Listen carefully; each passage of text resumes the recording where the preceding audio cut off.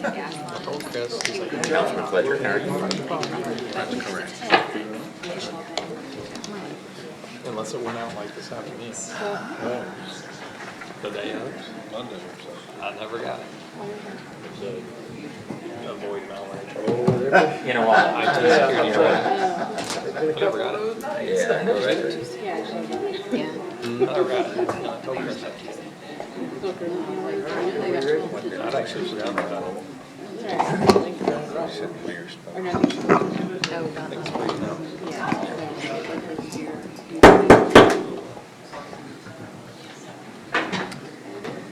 Okay, well, good evening, everybody. We will call to order the meeting for the Shenandoah City Council, Wednesday, August 28th, 2019 at 7 p.m. Call the roll and notice that everybody is here. We're going to stand and say the Pledge of Allegiance, and if you would like to stay standing with us afterwards, I'll say a quick invocation for us. I pledge allegiance to the flag of the United States of America, to the republic for which it stands, one nation, under God, indivisible, with liberty and justice for all. Honor the Texas flag. I pledge allegiance to thee, Texas, one state, under God, one and indivisible.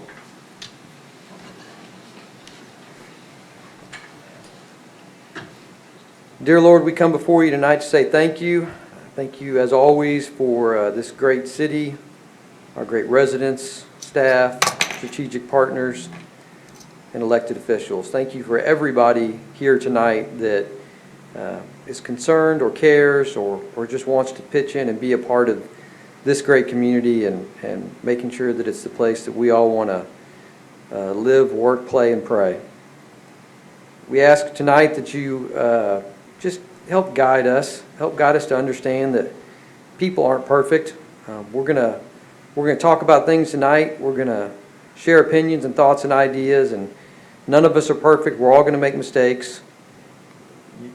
Only you are perfect, and you love us perfectly, and hopefully we can understand that and love each other even in our differences.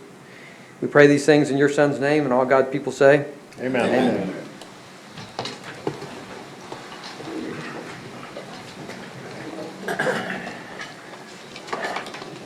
All right, well, good evening, everybody. Thanks for coming. I am going to move item 7, which is a presentation and discussion by Entergy representatives, up in front of Citizens Forum. And my thought process there is that gives them an opportunity to tell you what their plans are, and then you'll have an opportunity to comment directly thereafter, and they'll still be here and they'll hear you. I feel like if we let y'all go through citizens' comments ahead of time and then do the presentation, they'd have to sit around and wait until the end of the meeting to hear your thoughts on it, and I don't know that that's going to be as effective. So hopefully this works. Cross your fingers. Okay, so with that, we'll skip down to item 7. Sorry, Chris. I guess I should have given you a heads up on that. I like to keep you on your toes. We'll move into item 7, which is presentation and discussion by an Entergy representative. So I guess everybody else has to be quiet. Only one. There'll be a couple of us speaking. So let me kick it off. My name is Stuart Barrett. I am the Vice President of Customer Service for Entergy Texas. I'm also joined here today by our Vice President of Distribution, which is Alan East. Alan, raise your hand. As well as members of our Customer Service Organization, our Operations Organization, and our Engineering Organization, as a demonstration of our commitment to the Shenandoah community. We value this community, and this group is committed to ensure we're doing everything we can to provide reliable service. First, I'd like to apologize to the residents of Shenandoah and the lack of reliable service that we've incurred this year. Our mission is to provide customers with reliable service and have it delivered, and we have not delivered on that commitment for our customers. These outages are a result of a range of issues. Some of them are controllable, some of them are not, such as vegetation, public inflicted damage, equipment failure, and weather. But we realize and we know that any power outage is, regardless of the cause, is frustrating and inconvenient. So this is why we're here tonight, to lay out our plan to improve service to the city of Shenandoah. Our presentation will focus on projects that Entergy Texas is undertaking that will play a major role in improving reliability for Shenandoah. These are projects that we are ready to start now. They're drawn up and will provide significant benefits to the residents of Shenandoah. In addition, Entergy has also responded to the city's request for various service scenarios and the associated cost of underground. But tonight, we're going to focus on the overhead sections, and that's going to be what delivers the reliable service to Shenandoah and the valley. The benefit of those underground services, would also show benefit to the underground service that is served by overhead. So Troy's going to talk more about the overhead system. So Troy was here last time. We're going to let Troy come up and go through the presentation with maps and pictures about what the walk down identified and areas that we can reconfigure for improvement. Can they have move the microphone a little closer? Can y'all hear me? Yes. Is that better? Your voice carries better. Okay, thank you. Okay, let's make sure this is working here. All right, so I'm going to talk a lot tonight about the Shenandoah Valley. One thing I want to clear up in the very beginning is we've designated as Shenandoah Valley North and Shenandoah Valley South. As you can see by the diagram, the blue area is what we're considering the north. That's all the homes north of Shenandoah Drive. And this also corresponds with the different feeders that we have serving this area. From previous meetings, you may remember we have 743, 745 Oak Ridge serving the Shenandoah area. So the area I want to focus on now is just the Shenandoah Valley area. Like Stuart mentioned, we're not going to talk about the Wellman Loop at this time. And the valley area is bordered by Grogan's Mill to the west, Research Forest to the south, I-45 to the east, and Wellman Road to the north. So first I want to talk about our cycle trims.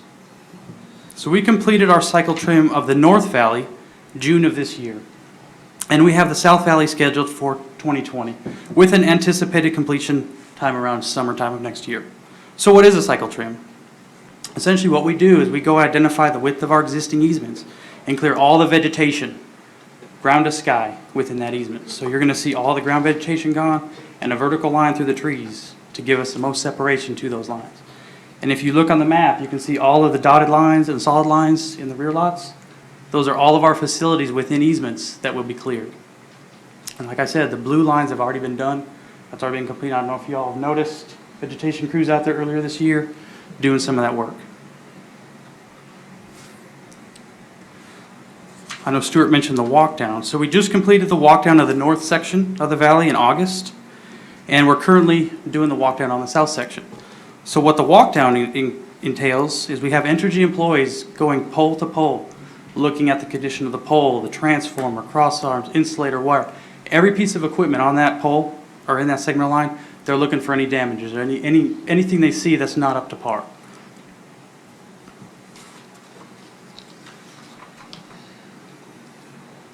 So what do we do based on the results of these walk downs?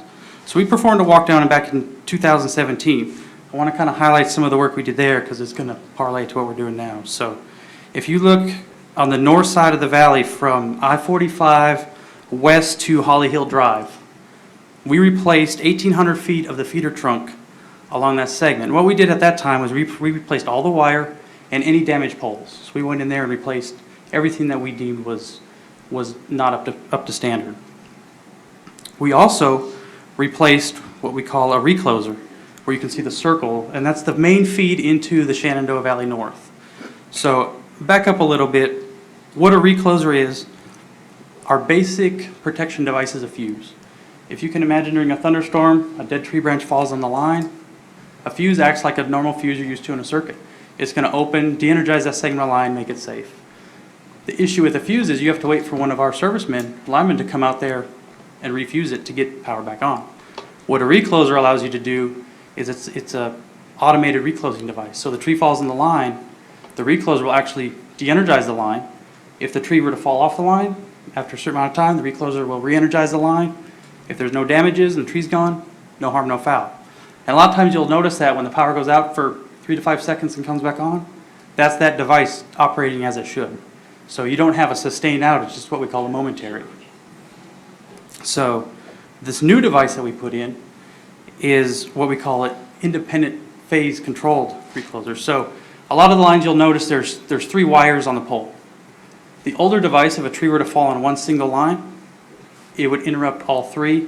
You'd have an outage on all three lines. This new device is smart. It knows if the tree falls on a single line, it's only going to interrupt that line. Therefore, the other 2 customers don't even see any blinks. So if it were to be what we call a single phase fault, the other 2 phases stay in service. So you effectively reduce the outage by 2/3 on those customers.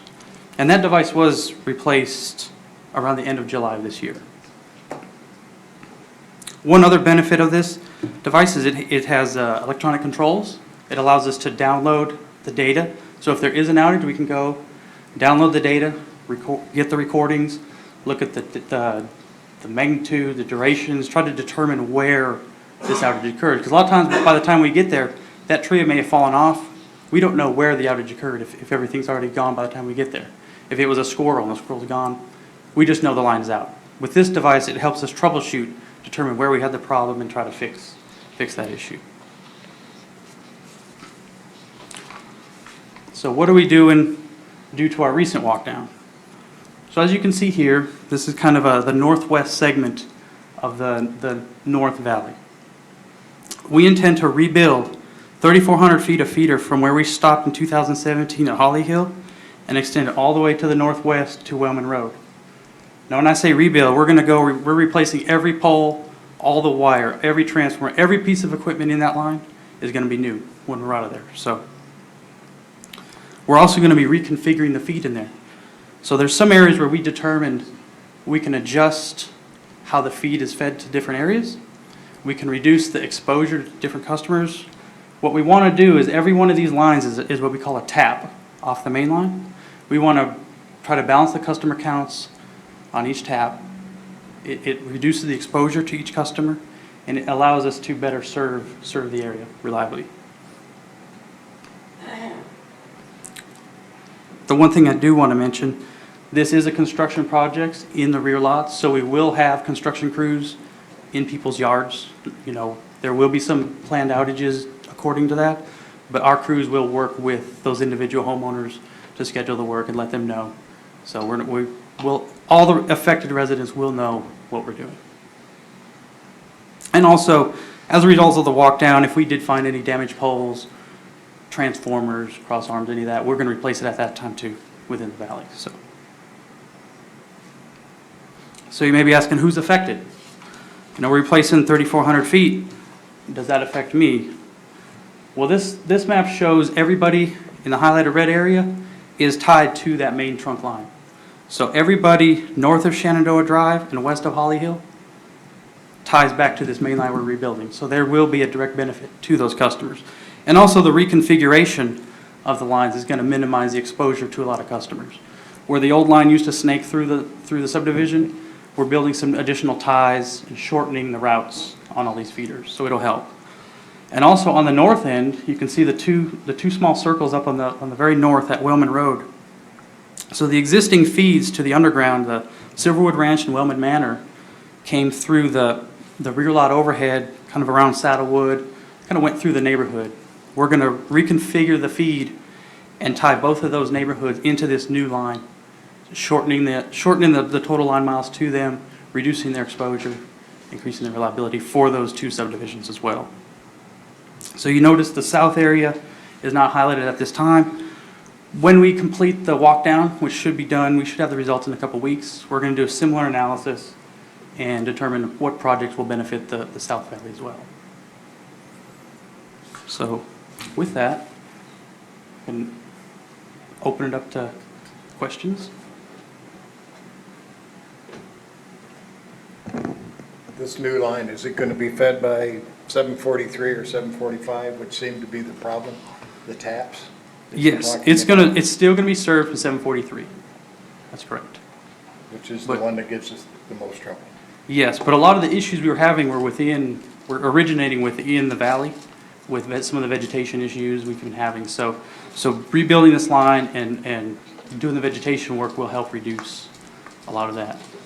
And I also want to mention, and I mentioned the fuse before, every tap that comes off of this main line will have a fuse on it.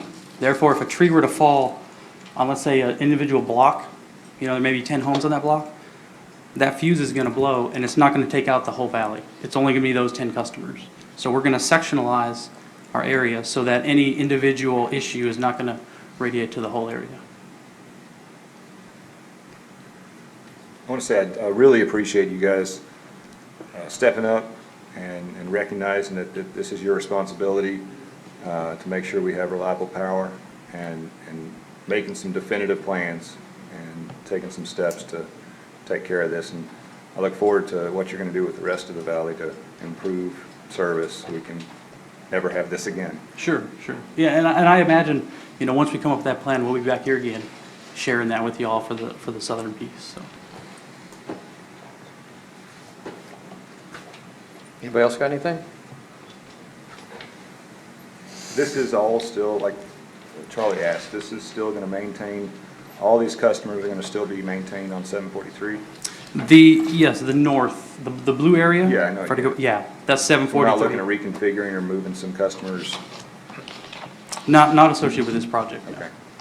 All right. So just the customers on Metro and Forest rarely, if ever, go out. The Oak Ridge one, pretty constant. The last one, you're talking about the breakers went off, I think counted 12 times at every 10 seconds. Now, that was the Oak Ridge substation issue. That was the, Yes. yeah. I understand, but it Yes. was, the refrigerators and all that, the air conditioners don't understand that. Yeah, that was on 743 Oak Ridge. So I know a lot of our residents have lost tens of thousands and probably cumulatively close to $150,000 worth of electronics, appliances, garage door openers. I mean, the list can go on and on and on. I'm a little disappointed that after speaking to a few of them that you guys have failed to pay any claims. And basically have told them that's an impossibility. And it's not worth them filling out the paperwork.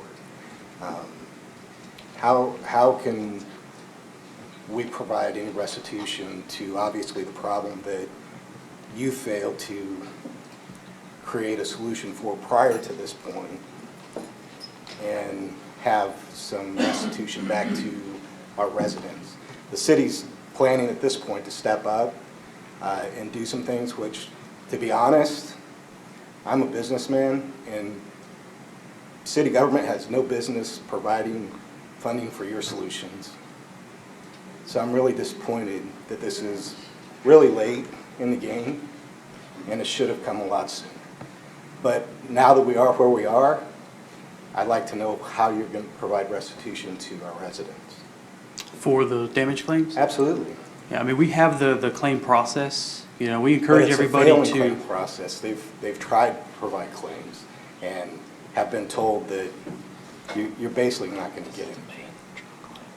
Sir, can I address that? Please do, because most of them are here, or not most of them, but several of them are here. But if you want to step up to the microphone, so Yeah. those that aren't here, that are watching can. My name's Doug McCormick. I'm Customer Service Manager for this area.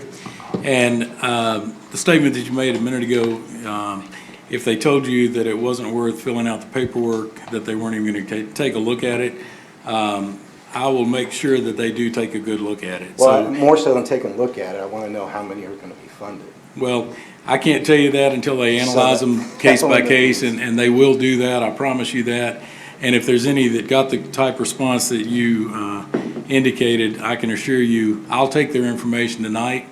I've got some forms that people can fill out. I'll take it with me, and I'll supply it to the claims department personally, and I will make sure that each and every one of them get a very thorough look.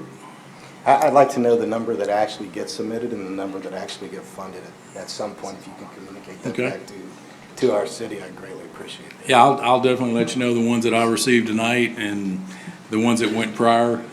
And also, the way that people can file those claims, first of all, they can do it by calling our 1-800 number. They can do it by phone. That's 1-800-ENTERGY. And they can also do it on our website if they would like to do it that way. If you go to Energy Texas website, when you open it up, there's a red banner across the top. There's a icon there for a search. You can click on that icon and then just type in claim, and it'll take you straight to the instructions for filing a claim. And Joseph told me that he also has placed a link to our website on the city's website. Is that correct? That's correct. Yeah, so if they go to your website, they can transition over to ours from there, and then, like I said, get the information they need for doing the filing. Plus, like I say, I will be happy to carry the information tonight as well. So, And Kathy, you have his direct contact information? Yes, I do. thank you. Thanks, Doug. So I did have a couple questions. Number one, you talked about these new reclose devices. I'm probably going to say it wrong. Yes. That we had replaced one in July, the new Yes. smarter reclose device. Yes, correct. So how many of those reclose devices are in the city total? Do we know that answer? Yeah, so there's one at the north that feeds the north section, and there's one that feeds the south section. So we only have 2 total in the city? Yes. Okay. Is the other one also the newer version, or is it the older It is version? not at this time, no. What do we got to do to get a newer version? That's gonna be part of that walk down. Okay. When we're doing that analysis on the whole south side, that's gonna be Okay. part of that. Second question is, the 3,400 feet that's going to be rebuilt, I understand that it's going to be newer, better equipment, but is it going to be of the same size and type, or are we going to have drastically different overhead lines going through people's backyard? So the poles will be a little bit taller, not maybe 5 feet than the existing. The wire size will be a little bit larger. Our standards since that original line was built have increased since then. So it'll be, if you all remember the segment that we built in 2017, along from I-45 to I think Holly Hill, it's going to be similar construction to that line. So it's going to be a vertical pole. There won't be cross arms. So it'll be a tall vertical pole with 3 individual wires connected to that. So if you want to see what it looks like, it's similar to what's Okay. between Holly Hill and But they're I-45. vertical, not horizontal. Correct. So we're not going to have the wood cross arms and the wires. It's all going to be tight to the pole, vertical. Be farther enough apart that the squirrels can't bridge. Correct. the gap. Correct. Yes. Well, our new standards take all that into account. So Well, we have better spacing and everything. So yes. Okay, thank you.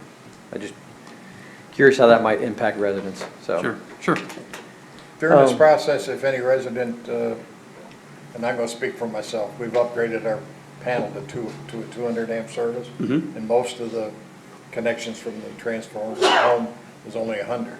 If they want to increase that, is that available at the time? You're changing poles or do whatever? Increase Or the service, or increase the From your demarcation to the meter. Yeah, if that's something. Yeah, if that's something the From your customer. pole to the meter, right. Yes. I mean, they can. If that's something they so wish, Is they there a can. process for that? I mean, they can notify us. We've got some information cards if that's something they want. We can. That's all I'm asking. Yeah. I don't want you to, Yeah, we can do that. I'd like to know that process. Sure. Because others have asked as well. Okay. Sorry. No, that's a good question. Yeah. Yeah, I think a lot of those facilities were built Mm-hmm. a while ago. So, this is an opportunity to upgrade some of Yeah. that, so. Perfect. Anybody else? No? Okay, thank you all very much for coming, and I think we're going to have some citizens' comments here that might pertain to this. So we'll circle back to item 5, which is Citizens Forum. And we'll start with just keep in mind, we do need to limit the comments to 3 minutes. Just make sure everybody gets a chance to speak. We can't deliberate with you, but we do hear your comments, and we appreciate you coming, and more importantly, Entergy will hear your comments. So, again, thank you for coming, and thank you for being willing to speak tonight. So, first up is Mr. Carl Kovig. You're first. Yes, sir. Come on up. If you don't mind approaching the podium and say your name for the folks on YouTube. And in the audience. And in the audience. Okay, name's Carl Kovic. I live at 606 Crestwood, the northern portion there. And I had a little trouble hearing, but stated that had been fixed on that side, the north portion? Existing, in 2017, that was good? Beg pardon? When you first started your first screen there, it showed going along northern part of Shenandoah. Correct. And you say it's been fixed now. Yes, from Holly Hill to I-45 was rebuilt in 2017. Okay, because the last time we lost service about 2 or 3 weeks ago, and one of the techs got out there and said, we'll have it fixed in about 2 hours. It wound up being 12 hours. And we were the last homes in Shenandoah. It was like 2:30 in the morning before we had it. The only thing I'm asking, I think the way it was explained to us, we're kind of the end of the line down there. Is that going to be different? Is that going to be changed? Is it going to be fixed there? Because in the past, this summer, we lost power about 3 or 4 times. And the last one, a couple of weeks ago, was 12 hours. And it was people across the street from us got the power back in like 2 hours. And I understand we're fed a different way, but I was just trying to find out what's going to be. Yeah, let us run to that address tomorrow. Okay, 606 Just Crestwood. make sure we don't have something that's isolated on that one piece. Okay. The main line is what Troy was talking about with Beacon. And we did have some hotspot activity, but we'll double check that. Okay, I just want to say we've lost power in the past time. Hurricanes and everything else have been there for 40 years, but we've lost power more times this summer than the other 40 years in hurricanes. Except for when it was out for We need to 2 weeks. investigate and see where the cause of that is coming from specifically to your tap off that region. Okay, that's fine. I want to get on the fact that we did seem to be the last. One of the techs told us that was pretty much the end of the line right there.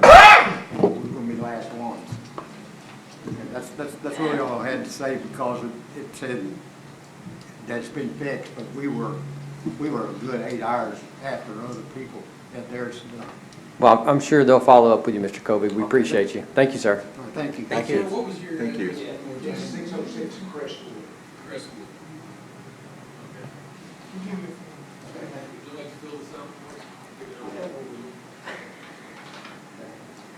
Okay, next up is Dr. Jim Wallace.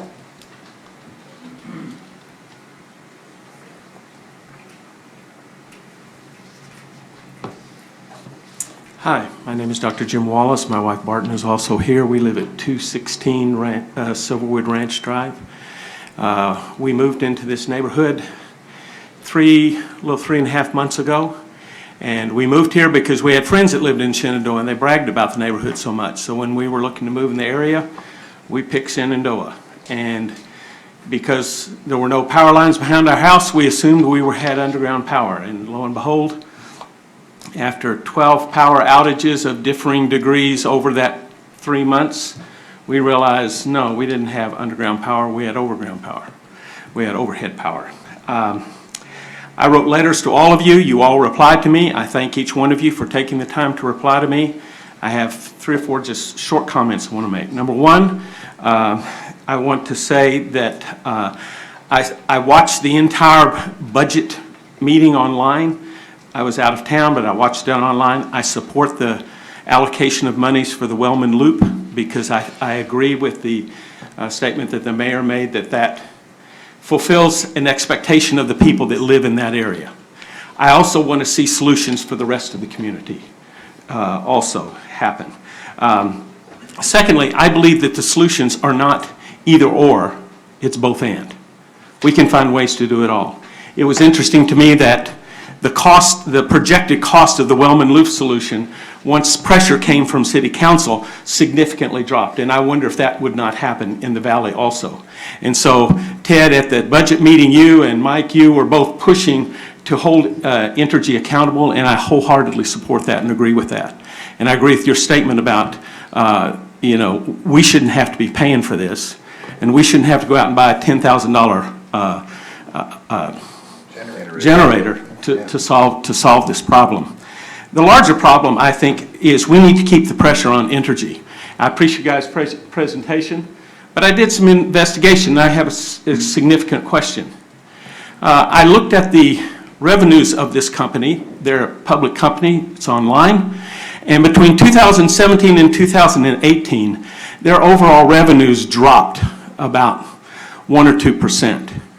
But their profits went up 106%. How do you have a 106% increase in profits when you have a drop in revenues if perhaps you didn't cut back on maintenance and replacing equipment and other kinds of things? And I think we need to keep the pressure on Entergy to solve the Wellman Loop problem, to solve the Valley problem, to solve the whole thing. And we need to do that, and we're counting on you guys to do it. Thank you very much. Thank you. Thank you, Dr. Wallace. Next up is Miss Betty Lahiri.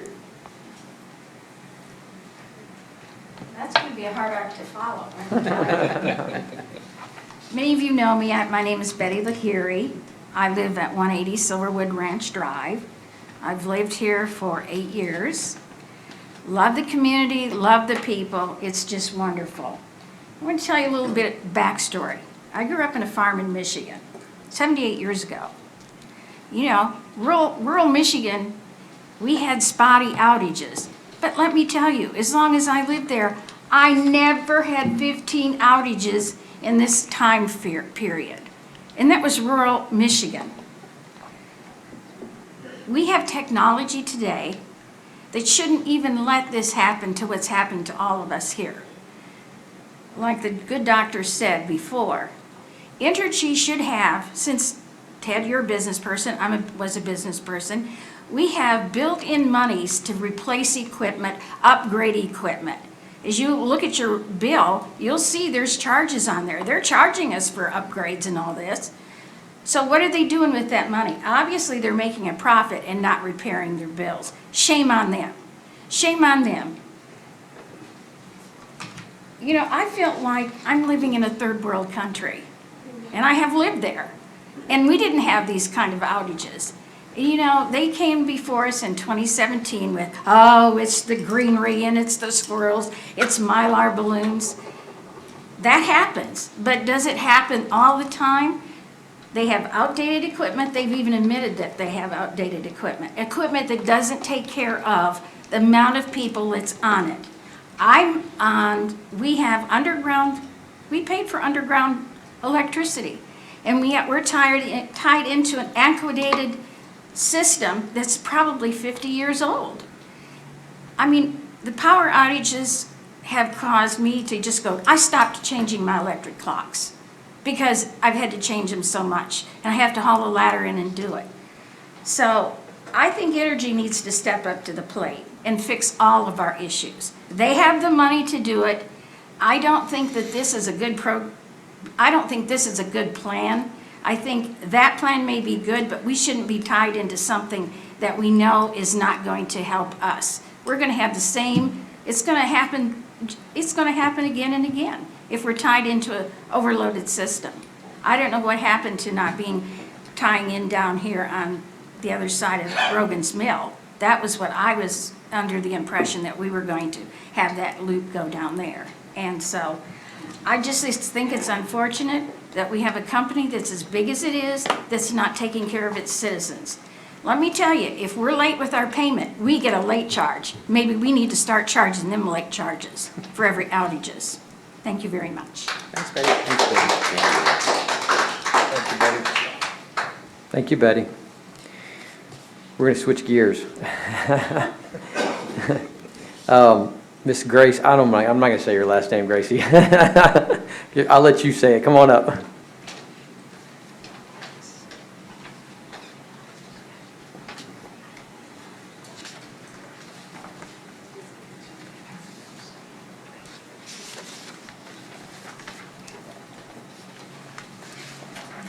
Good evening. My name is Grace Benish. That's how you say my last name. I've lived in Shenandoah for 10 years with my husband, and we now have 3 children who are 7, 5, and 3. And this evening, I just wanted to talk about the benefits of having a bike pump track put into the new park that is going to be built on Holly Hill. So I'll tell you what it is quickly, the benefits for Shenandoah, and the benefits for our residents. First off, a bike pump track is a continuous loop of deep dirt berms. Sometimes people add wood to it, but it's usually made out of dirt or some gravel.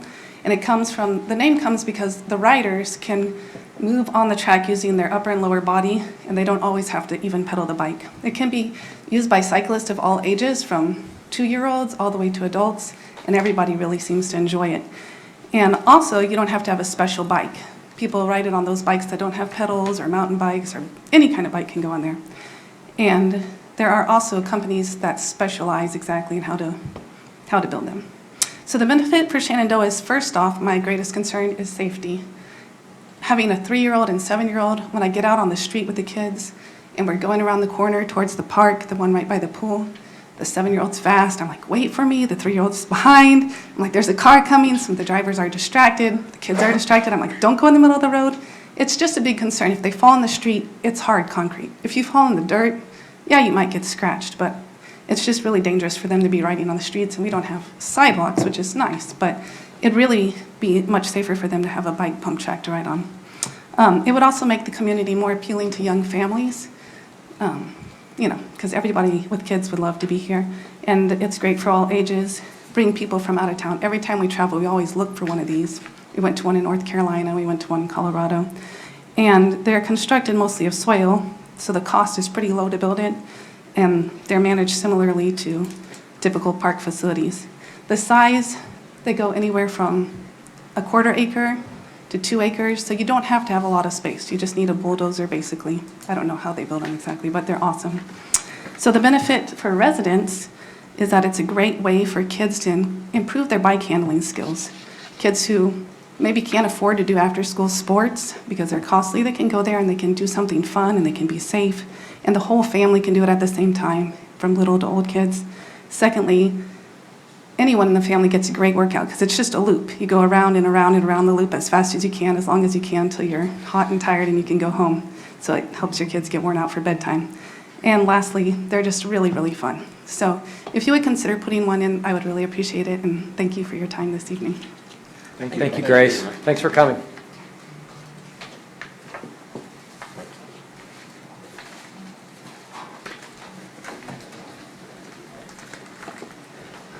Okay, well, as always, y'all know by now that we do have a second citizens comment section at the end of the meeting. So if you didn't get to speak and you want to, please feel free to throw your name in the hat. Item 6, which is council inquiry. Do we have anybody that would like to address anything right this second? Yeah, just really quickly, wanted to thank Kathy for working with Charlie Riley to get that 3-way stop sign. So it was my original ask on council, June 2016, so it's taken a while to get there, but she got it done. Thank you. Anybody else?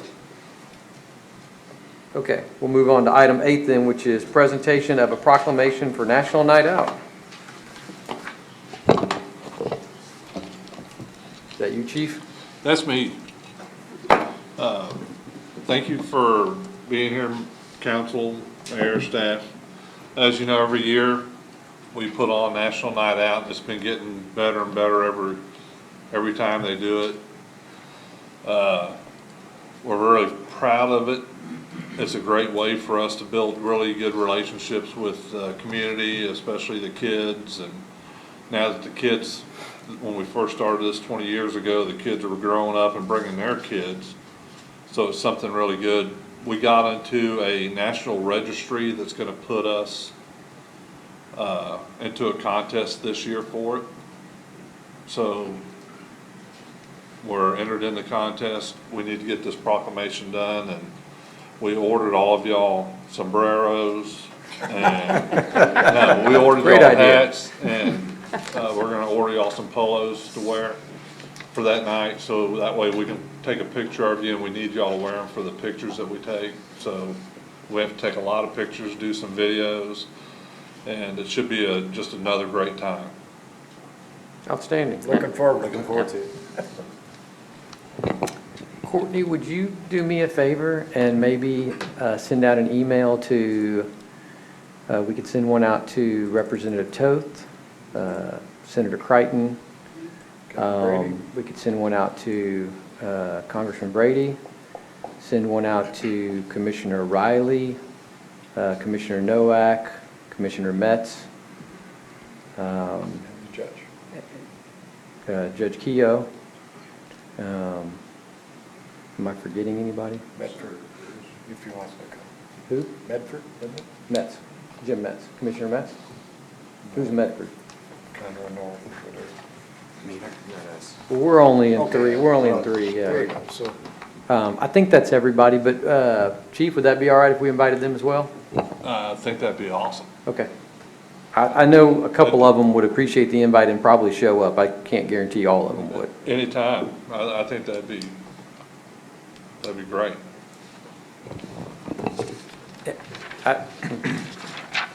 Okay. Sounds great. Anybody else got anything on that? It's always a good time. Kids enjoy it. My kids love it. Yeah. Anytime you get to play with police gear, are Yeah, you that's- kidding? that's You the know, best. especially the riot gear. Yeah. Yeah, that's good stuff. Okay, let's move on to item 9 then, which is discussion regarding the 2019-2020 budget, including but not limited to. No, we didn't make action on We that, need actually. action on 8. I make a motion that we make National Night Out, October 7, 2019. Second. And we need to do that? We don't have to. I mean, I can make a proclamation without a council action, but we can if Okay. y'all want to vote on it. All in favor? Aye. Council approves, 5-0. Okay. Item 9, discussion regarding the 2019-2020 budget, including but not limited to the tax rate discussion, operating budget discussion, capital projects, and the Holly Hill Park. Mayor and council, if you look in your agenda report, you'll see that this agenda item is broken into 4 parts to just, Speak Yeah, up, your or- mic isn't working or something. is it now? You hear it or no? No. No, Get more volume. no. I'm usually loud. Hello? Still not good? I can hear you. You can? Okay. Okay. I guess a little bit. So this agenda report's broken into 4 different parts to discuss tax rate, operating, capital, and Holly Hill Park. At the budget workshop, we discussed possibly going with a 17.99 tax rate, which is lower than the 18.28 effective rate. So if you want to start there, and I can kind of get a consensus of what we want to go with so that I can prepare the public hearing for the vote on the September 11th meeting. I'm in favor of the 1799 personally. That's aye. Check. Yep. I was kind of thinking we could, even though I understand it would only be visual, it really wouldn't affect too much, but to go ahead and lower it to 17.98. I wouldn't even consider that. So we could play politics? Means we're lowering the rate. I think we're already lowering the. I love where you're going with that, but. We are lowering the effective rate. I Yeah. mean, so we're gonna be pulling in less money this year than we did last year. Based on those existing properties, you'll Right. also always have new properties. Yeah. We're gonna have fewer and fewer of those, but if we wanted to maintain the same income, our rate would have been 1828. 1828. So we are lower than that. Which we agreed we would go above. Yeah, I mean, we knew that wasn't gonna So this happen. is still officially a tax cut at 17.99? You're staying consistent with your tax rate last year, but based on the effective tax rate, you're still going lower. Effective yield The- is lower, Yes. Yeah, the yields, so that's The a effective good tax- point to make. The city's gonna be bringing in less income from existing properties than we would have Yes. if we had not brought the rate. That's the point to make. Listen, I totally get where you're going with it, and I'm not trying to discount your idea. Me personally, if I'm gonna do something, I want it to have an actual effect. I don't wanna just do it just because I say I did it, or just to be able to pat myself on the back. So if we can't make some sort of a meaningful change, then I would leave it at 1799. Well, it seems to be the popular opinion, so I think that's what we're gonna do. It's not a cut and it's not an increase. Status quo. Well, it's better, It's I better. keep wanting to point I out, was about to say, it's better than status quo. Yeah. You should still, we're gonna Yeah. effectively bring in less income from property taxes to the city than we would have had we Stay with the effective stay tax with the rate. effective rate. That's correct. And So and there's still a lot of capital projects that we're completing. in that right, process and that exactly, Are well exactly. into the millions, so I mean, I don't. We've got some work to do, and we've got long-term work to plan for too. The neighboring cities are at Yeah. 45 cents, 60 Yeah. cents, I mean. We're so far below. Exactly. Well, I would never compare us to a neighboring city. Well, we're a diamond. Everybody else Well, isn't. absolutely. That's why there's no comparison, so I'm happy with leaving it to 17. I mean, Okay. Yeah, I think it's consensus. Okay. Should we take action on that, actually make it official, or? You'll vote on it in We just want to make it, so Yeah. that you know She next, doesn't know where to go. next week it'll be official. We'll have a public hearing and then Next you'll week, vote. Next meeting. Okay. So going down to the operating budget, I had already put into that in my summary change Excel sheet, the possibility going with the 1799, so that's not going to fluctuate that surplus at all. So that's already factored into there. Is there any other questions about the operating budget? Or Just anything? to point out that we do have a new surplus of 275.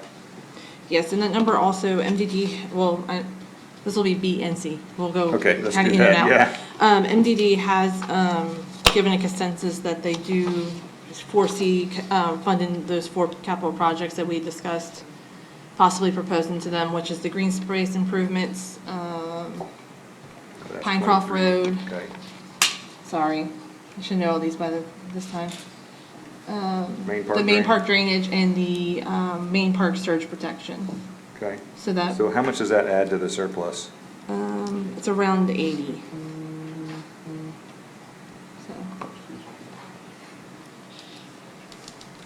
So that'll bring you up to about, 355 yeah,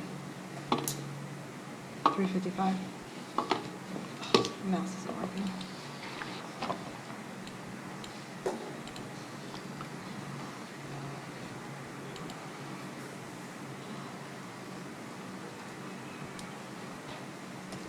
Yeah, about 355 and some change. Okay, I was just,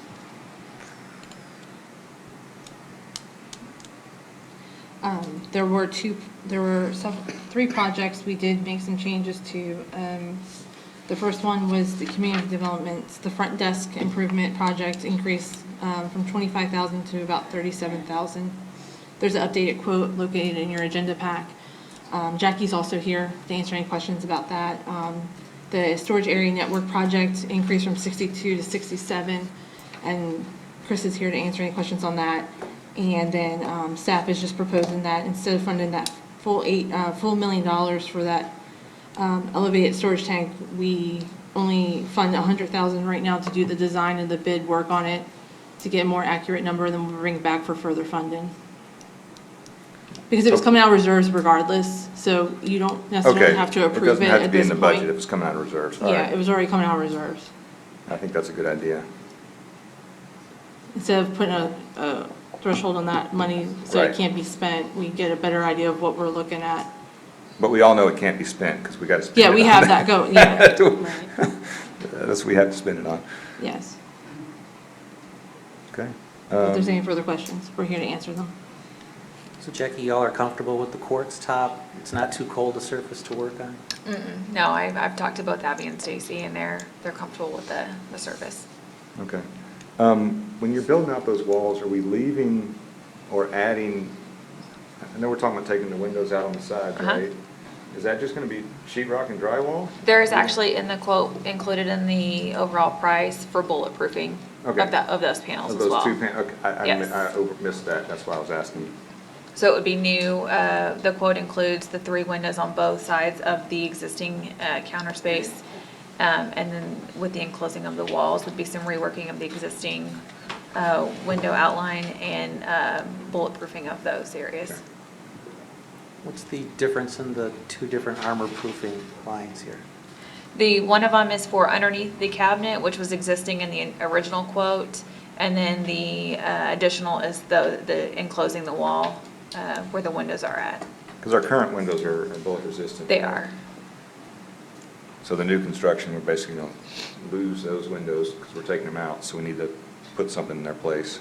So those panels, they're Kevlar or what's the composition? What they've got quoted in here is fiberglass. But ultimately, when it comes to what would actually physically be installed, that would be something that I would defer to Raymond as far as what is actually included in that material. I think him and I have talked about it. They use steel plating over at the police department, and so we may look at that route, which I think would be maybe a little bit less, a little bit more of an inexpensive product to put in the wall than the fiberglass. So steel plating versus what? I don't understand the nature of the fiberglass product. Is it Kevlar impregnated? It's got to be a derivative of Kevlar. Okay. Sometime. All right. Now, what size round? I'm not sure what size round it's going to take. I don't know. I've got we can look She's at got it. the I've got spec. the. Yeah, I'd be curious to know. Yeah.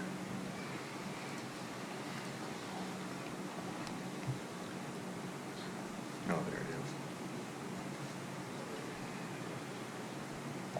is. I'm fine with that. I agreed with, maybe it was Ted, who was talking, bringing out, make this project complete, rather than just fixing the desk behind it, make it look nice, bring it out. That includes like bringing out the lip. It does, so would people make a can- 24-inch ledge on the customer side. So I think that was a great idea, and I'm totally behind it, so.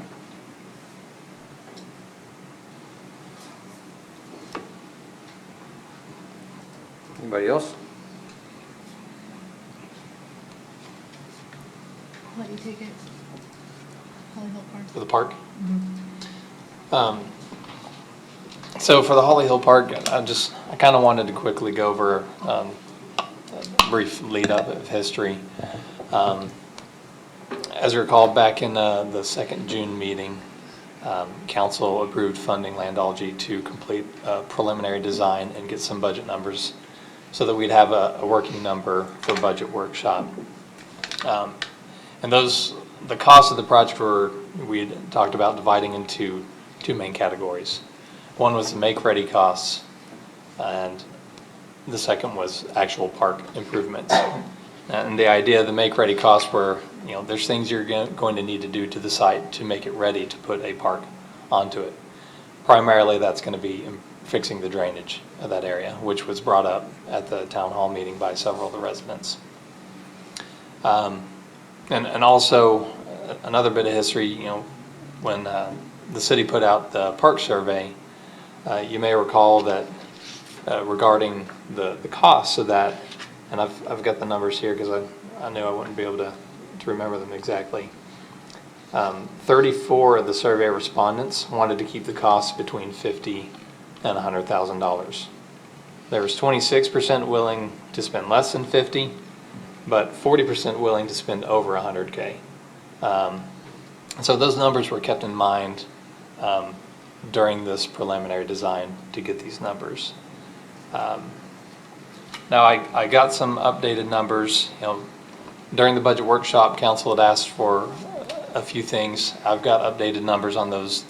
The main thing you'll see in the agenda pack with the updated numbers is I've completely pulled out the electrical and lighting as an alternate item. I think that was the primary reason for the sticker shock at council was because of the cost of electrical and lighting. I also went ahead, council had mentioned a port-in-place rubber type track to get pricing. It was just kind of discussed. I went ahead and got pricing for that. I thought it was going to be pretty expensive, and I was right. It's over $250,000 just for that. So we got a price. Yeah, we got a price.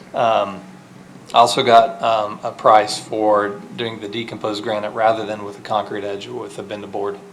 It did drop it down, but still the cheapest option would be a concrete pathway. Now, I'll go ahead and open up for any questions you have, but I would like to just say that we don't need to pick apart every small detail at this point. We're trying to set a budget number if we want to set one at all.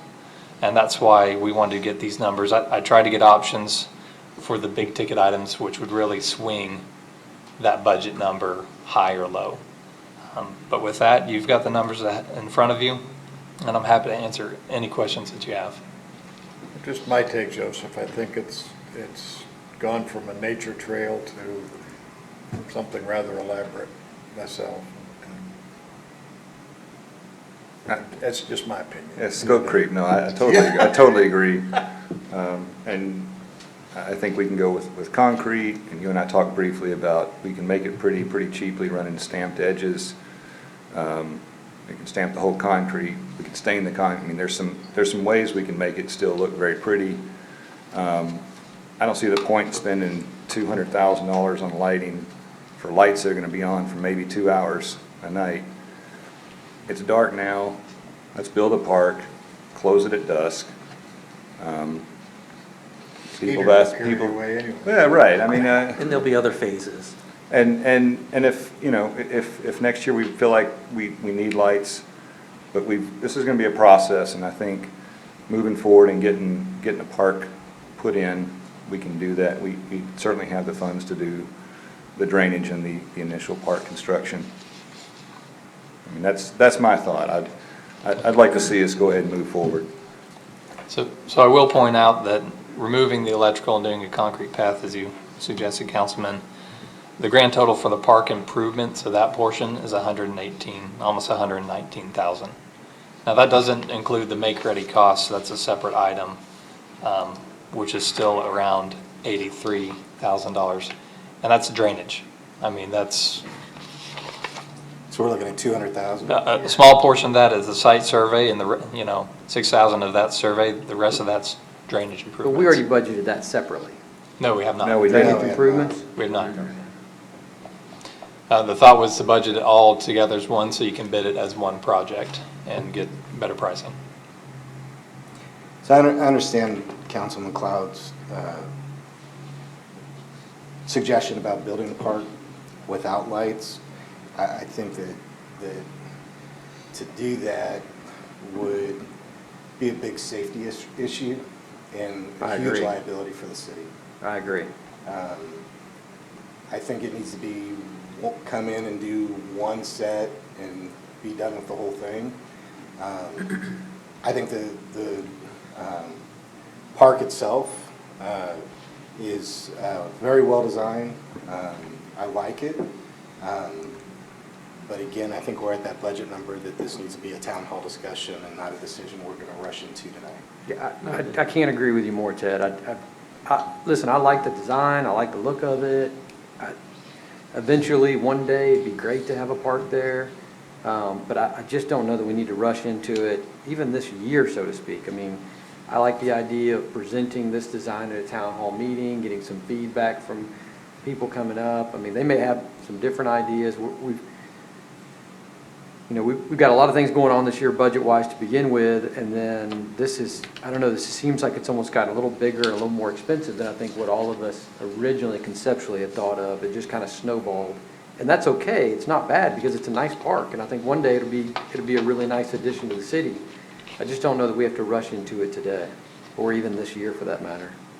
I think, there's so much on not just our plate, but other commission's plates as well, that this could be a great project for, next year possibly. I mean, it just depends on how things, continue to go with our city. But I think that I'm all for the green space, believe me. We have to do some more green space within our community, and I know that there's several projects that are still coming up. I just would hate to do this park without the lights and then have to come back and dig everything back up and put lights in at some point. Well, to address 2 points, when I talked to Bill, there's no liability. It's the same situation we have now. There's absolutely none. And actually having no lights would encourage people to go, the park is closed. It's shut down at dusk. And so it's dark, why would you go in there? Well, people who don't intend on doing anything bad, people who Right. have the intent to do something bad would go in there because it's dark. But it's already there. But when it's dry and there's a concrete path, it makes it a lot easier. It's going to be more environmental. And my I would hate position for would be somebody it would be that was- closed and the police would deal with whoever's I in would there. hate for somebody to go in there and something happened to them because it is dark and nobody's there to help or defend. I think Ted brought up a great point that I was going to bring up. He beat me to it. I'm usually the one that is trying to defend MDD, but I think this would be a great project for, you know, some point down the road. Maybe this brings up a good point, you know, probably need to have a town hall meeting. We need to find a date for it and bring this concept up to the residents and say, okay, y'all asked for a park. We kind of took some of your guidance, and then this is what we came up with. What do y'all think? We can put it out there on social media. We can put it on the website. We can bring it, you know, in front of a town hall meeting and just have hopefully we get some good feedback. I think if we've learned anything from our previous parks, slower is better.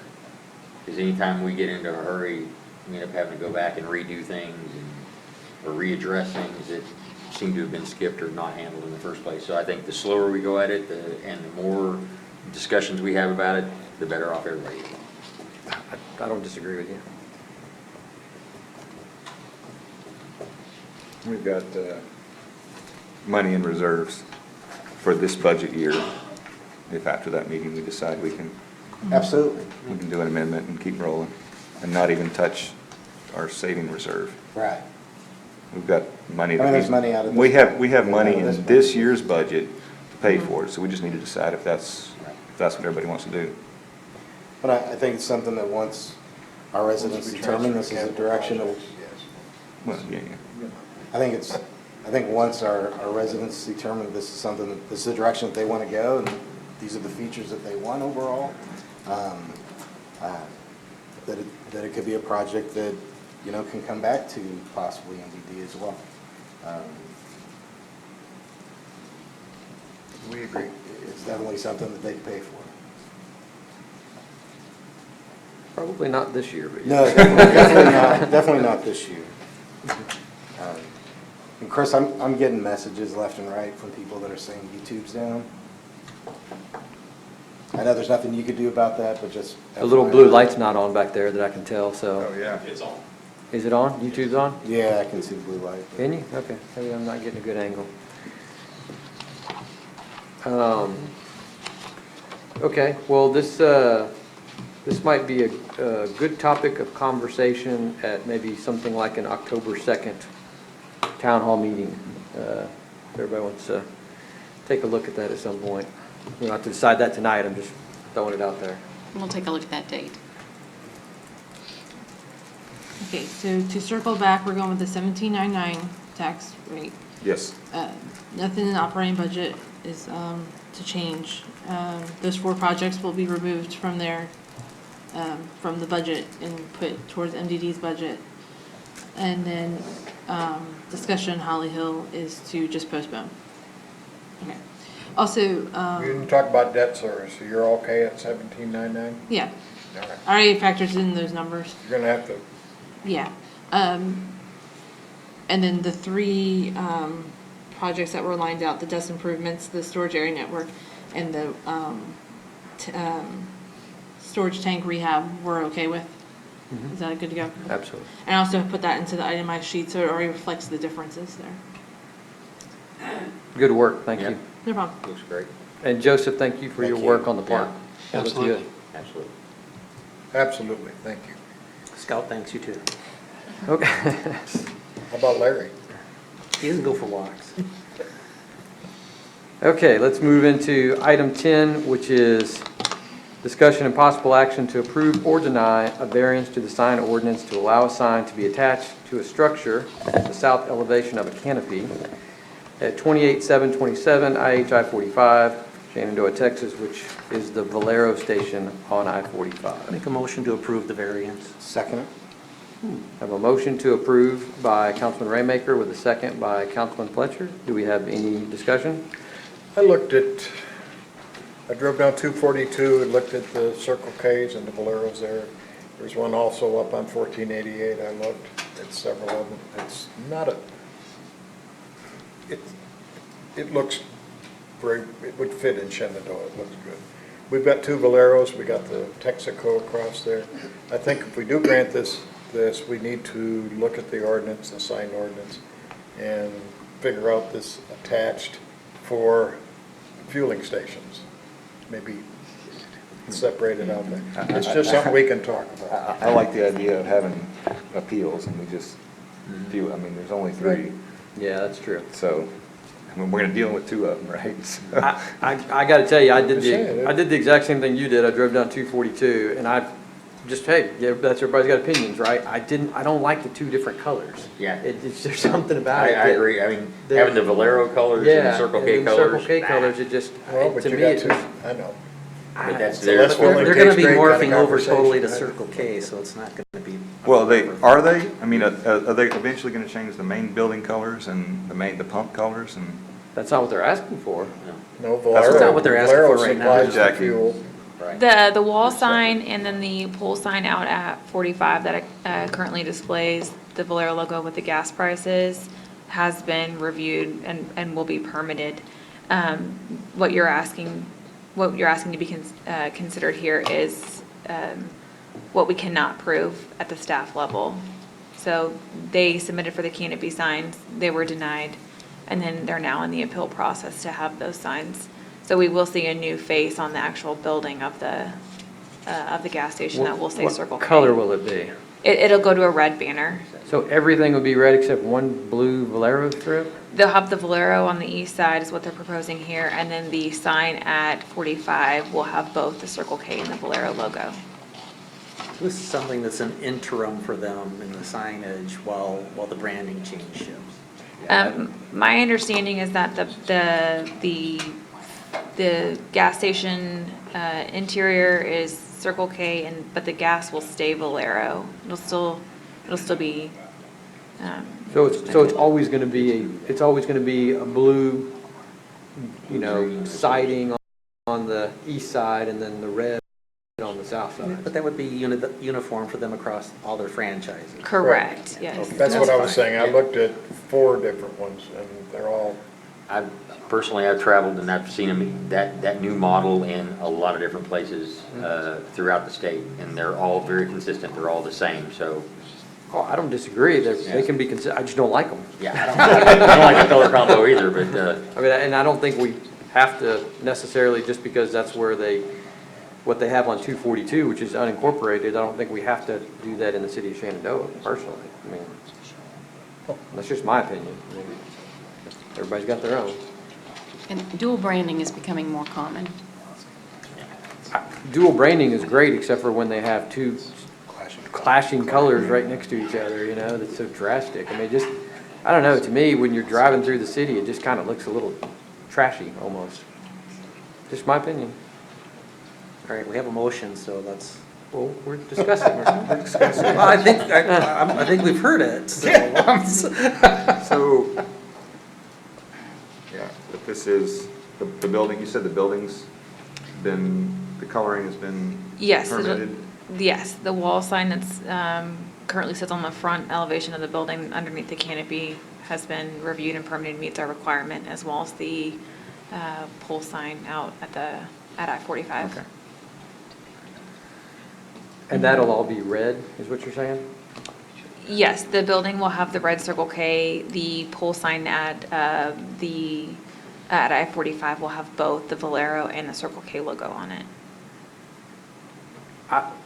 Again, I would almost come back and tell them, hey, if you want to change the whole thing to Circle K, you can change the whole thing to Circle K and leave the Valero pole sign and maybe even have a Valero logo somewhere, but not have the 2-tone canopy. That'd be my suggestion to go back to them.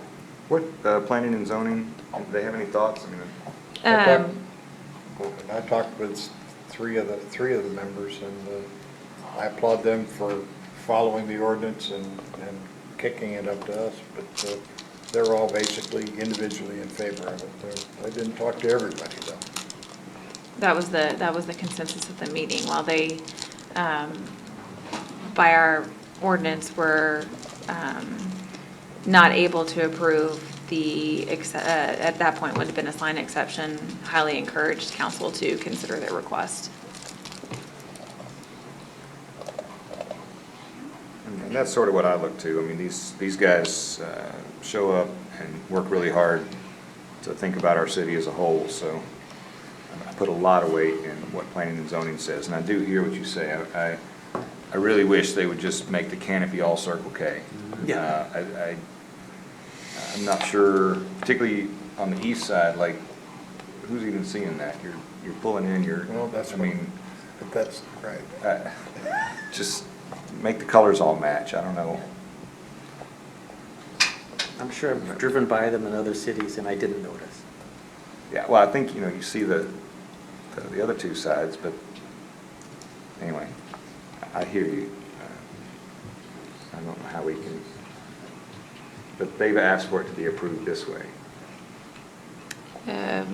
You're talking about the Valero itself, the orange applicant? and the orange and the Yes. green together. Yes.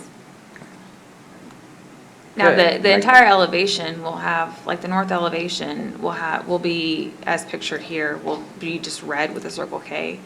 The east elevation will have the Bolero, so it won't be on the same elevation of the canopy. Each elevation won't have both logos on Right. there. Right. So you'll have north and south will be red, east will be blue-green, whatever, aqua, teal, whatever you want to refer to it as, marine. Still is only 3-color sign. Yes. Yeah. Okay, so, any more discussion? Well, I mean, we could kick it back to them and ask them. Mayor's got a point. It's not like it has to be done tomorrow. If the rest of council thinks that having matching canopy, I mean, you could always do that. You can always kick it back to them and go, make the canopy match and we won't have a problem. I mean, again, that would be if that's what color, if they're gonna go with the red Circle K on the building, I just assume they went with the red Circle K on the canopy.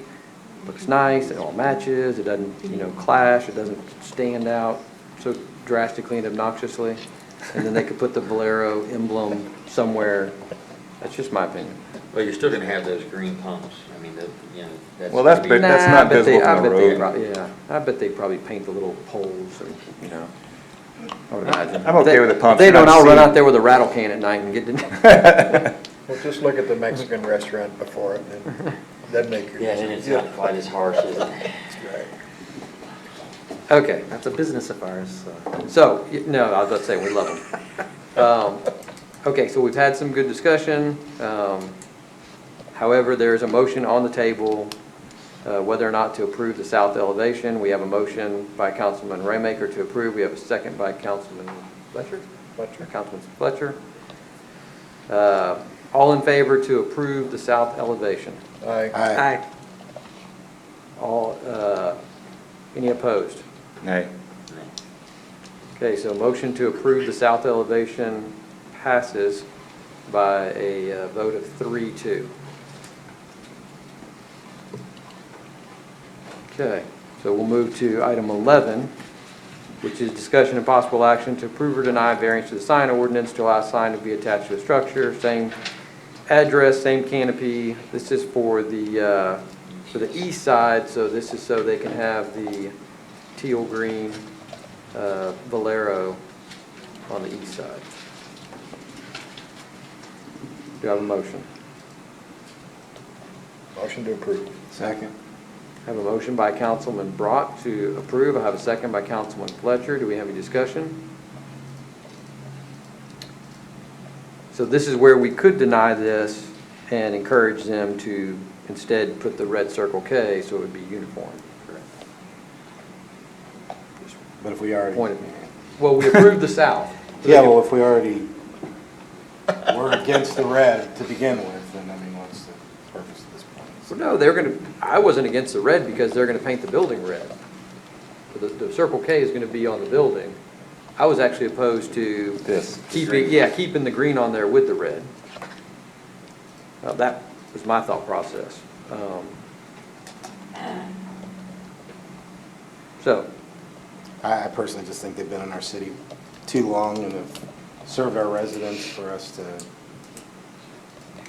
pull that down. I just would disagree with it.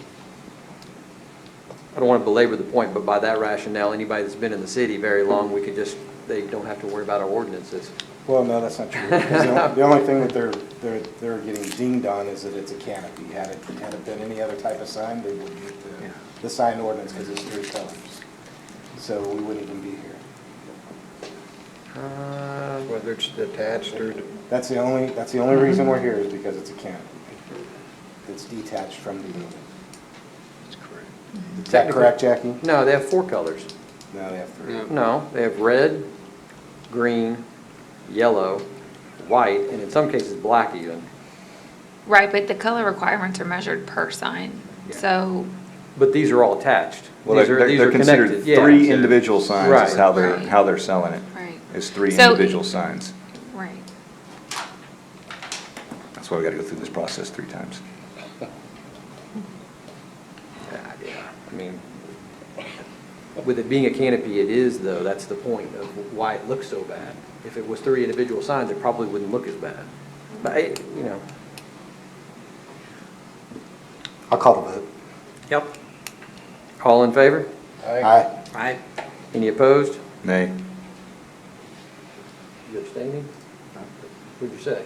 I said aye. You said aye, so to approve? Okay, so 4-1, motion carries.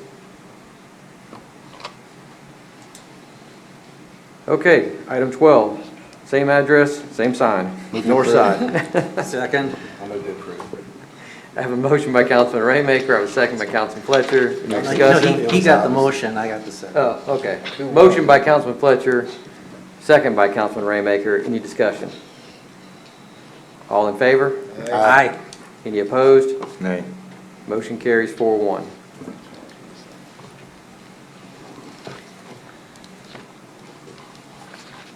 Okay, we'll move to You guys item aren't thinking 13. of changing your color scheme, are you? It's probably a good idea. Item 13, discussion and possible action to adopt the following ordinance, an ordinance of the City Council of the City of Shenandoah, amending section 74-281 and approving rates for the water service in the City of Shenandoah, Move Texas. to approve. Have a motion to approve by Councilman Fletcher. Yeah, I second that. I have a second by Councilman McLeod. Do we have any discussion? Can let Joseph explain this to everybody?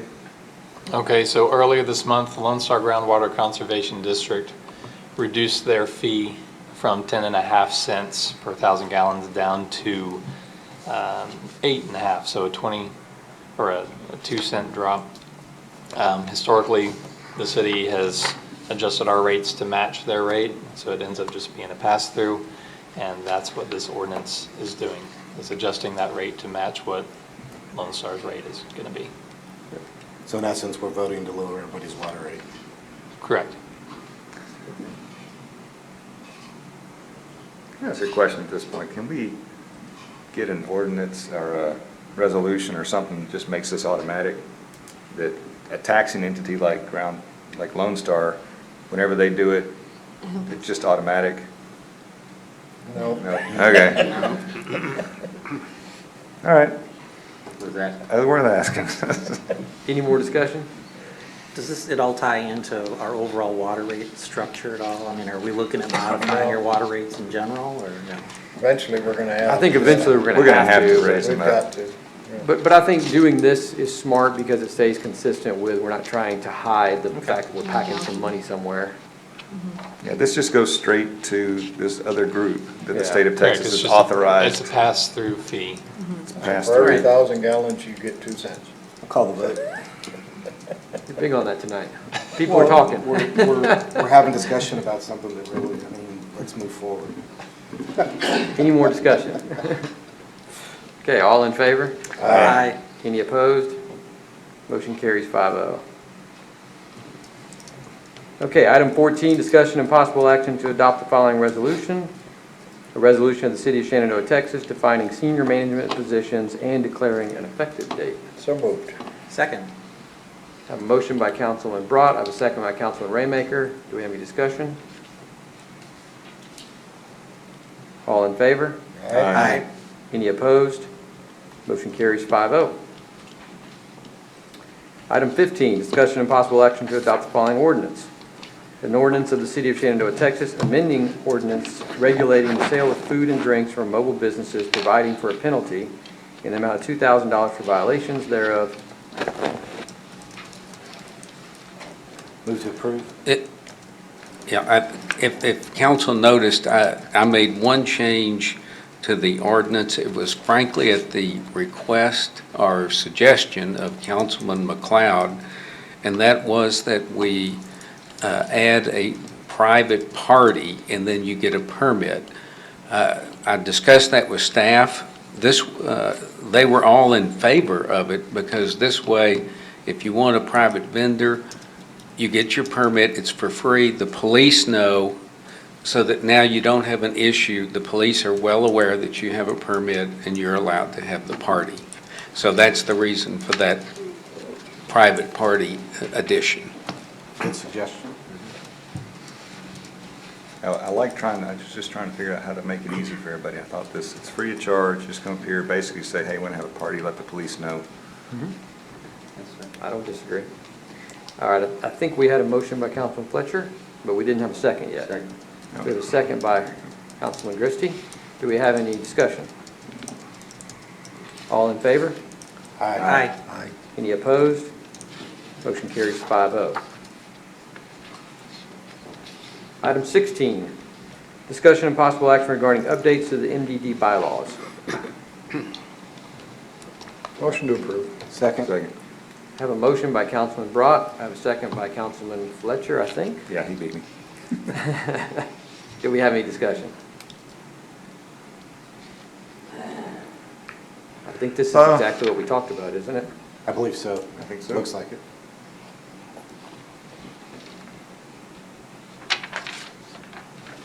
Okay. All in favor? Aye. Any opposed?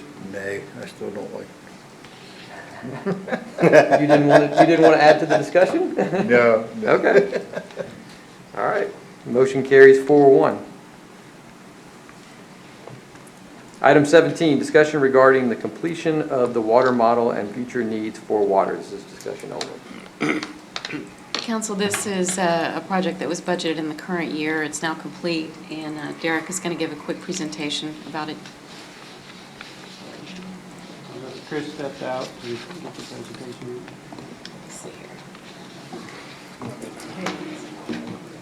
He said since you put the bug into YouTube, you know. He's back.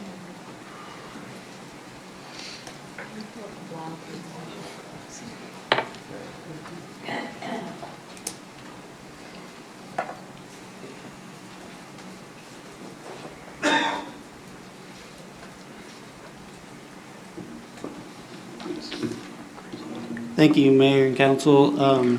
So this is a project that we were essentially updating the water model that I think the last update was in 2015.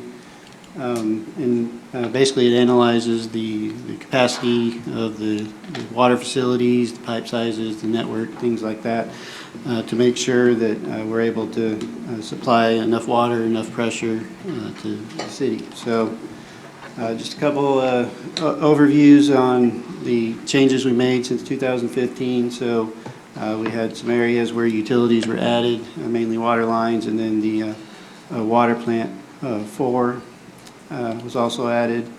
And then on demands, we looked at the demands for 2018. Got that information from city staff, and just as a general reference, the average day demand is 102 million gallons per day. So as part of this process, and this is something we hadn't done in 2015, and I think this was really good, is we had pressure monitors that we put in the actual system on fire hydrants. We were able to monitor the pressure for a 48-hour period, basically take that data and compare it to the data we had in the model, and basically adjust the model to actually in the field data so that we are comfortable that the information we're gathering and providing is good. Good news is the model in general was about 2 psi plus or minus off of the field data even before we made some adjustments. So it was already good, and we made it a little bit better.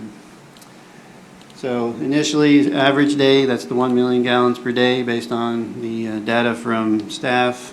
So looking at that, TCQ requires to maintain a minimum pressure of 35 PSI throughout the whole system. As you can see through the table and the color nodes there, we didn't get below 55 PSI. So we're 20 PSI above what the minimum requirement is by TCEQ. And then you look at the max day. So in that case, there's a multiplier. Essentially, the idea of this is, it's a hot day. Everybody's watering their lawn all at the same time. There's leaks, whatever that's happening. There's a multiplier of 2.4 to the average day to look at. Okay, if we're having a really high demand day, what would happen? We're still in good shape compared to the TCEQ minimum of 35 PSI. Nowhere in the city do we get below 45 PSI. You also look at fire flow, so every fire hydrant is looked at in the model. And the way we look at fire hydrants, we're looking for how much flow we can actually get out of that fire hydrant without lowering the pressure to below 20 PSI, which is the point TCEQ requires boiled water notices and things like that. So we looked at that compared to TCEQ minimum of 250, as well as looking at the fire codes, where typically you want to have at least 1,500. So as you can see, most of the city is green there, which shows we're actually 2,500 and above. There's a few areas where we're between 1,500 and 2,500, but still well above the minimum requirement per the fire code. So another thing we did, we looked at future conditions. So we looked at basically all the developments within the city limits that we know are planned or currently under construction.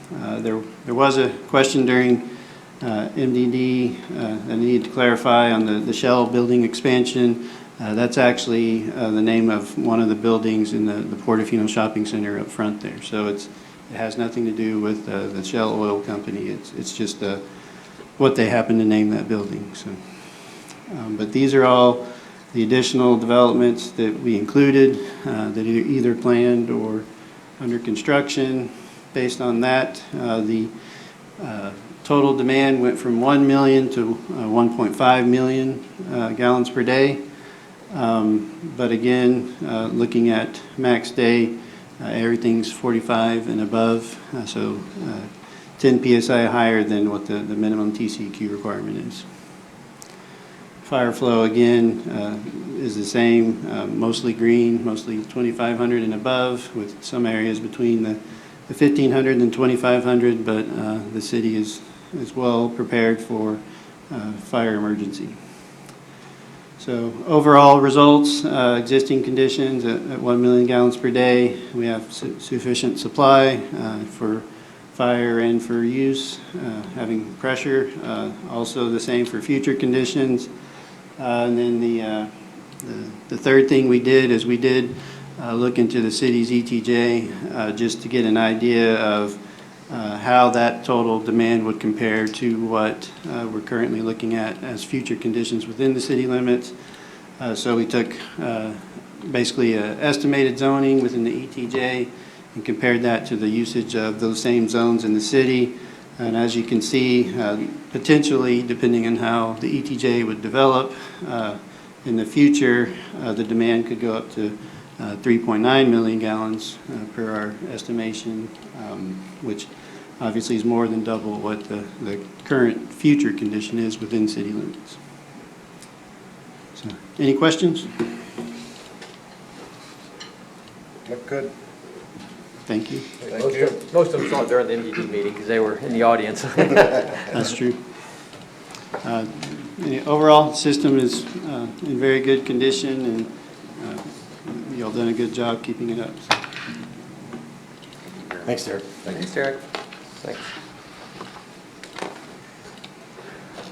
Okay, with that, we'll move to item 18, which is discussion regarding proposed changes to the sign ordinance. I move that we table this without discussion to give planning and zoning the opportunity to discuss this without any influence from council. But I at did this want time. just one item of discussion, though, is that we really like to see a red line of the document so we can see what you... I actually brought one red line, and I can get everyone a red line. I will tell you, the red line is a little difficult to use because of the reorganization of moving things around. But yes, I will provide, I can email everyone a red line Okay, thank you. version. I absolutely support Ted's motion. P and Z has been entrusted with sign ordinance, planning, the look and feel of our community, and I'm saying this as to That's a lot of discussion for tabling discussion. If I We're could- not talking about that. Yeah, if I could give you just a hair of background, just so you'll know. One of the things Kathy Ryer and I and Jackie met over the last 3 or 4 months with representatives, managers at Portofino, Home Depot, La Quinta. I'm trying to think of the other businesses. In addition to that, we met with some developers. In addition to that, we met with real estate people. And I met with an attorney that represents developers within the city. Every single one, with one exception, said, we don't have a problem with your sign ordinance. Jackie and I were stunned at that comment. Every single one said, we don't have any problem developing more, building more. Nothing about the sign ordinance is discouraging us from building in the city. The one exception was Portofino, who said we would like, if we have more than one empty space, to be able to put a banner for lease on more than one property, and that's an item that will be up for discussion. I gave each of you, and it's in the agenda pack, the recommended changes. When you see substantive changes recommended by staff, the first 12. Would those be the ones that are highlighted in yellow in the document? No, this is on the That's the 3-page. cover, okay. Okay. The first, it's at the bottom of page 1, going on to page 2. The first 12 are not changes at all.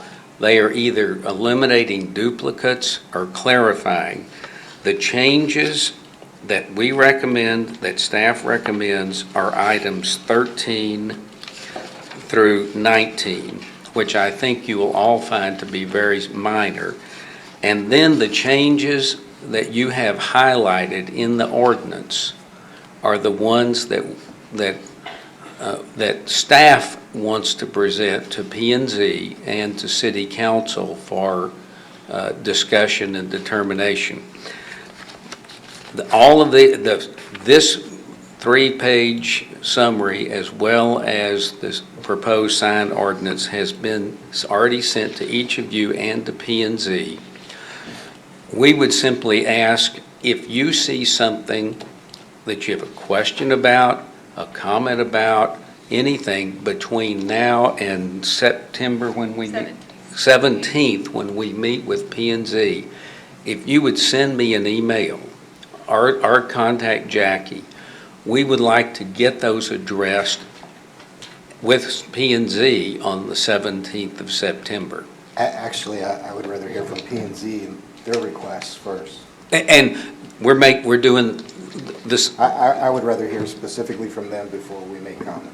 Okay, well, either way. I don't think we should have influence on this until they make comment and have a chance to look at it. All I care about is exchanging information, so I don't have a problem with that one way or the other. I would think that if they provide comments at their next meeting, we should be able to present those to you at the second meeting in September. I think that would be good.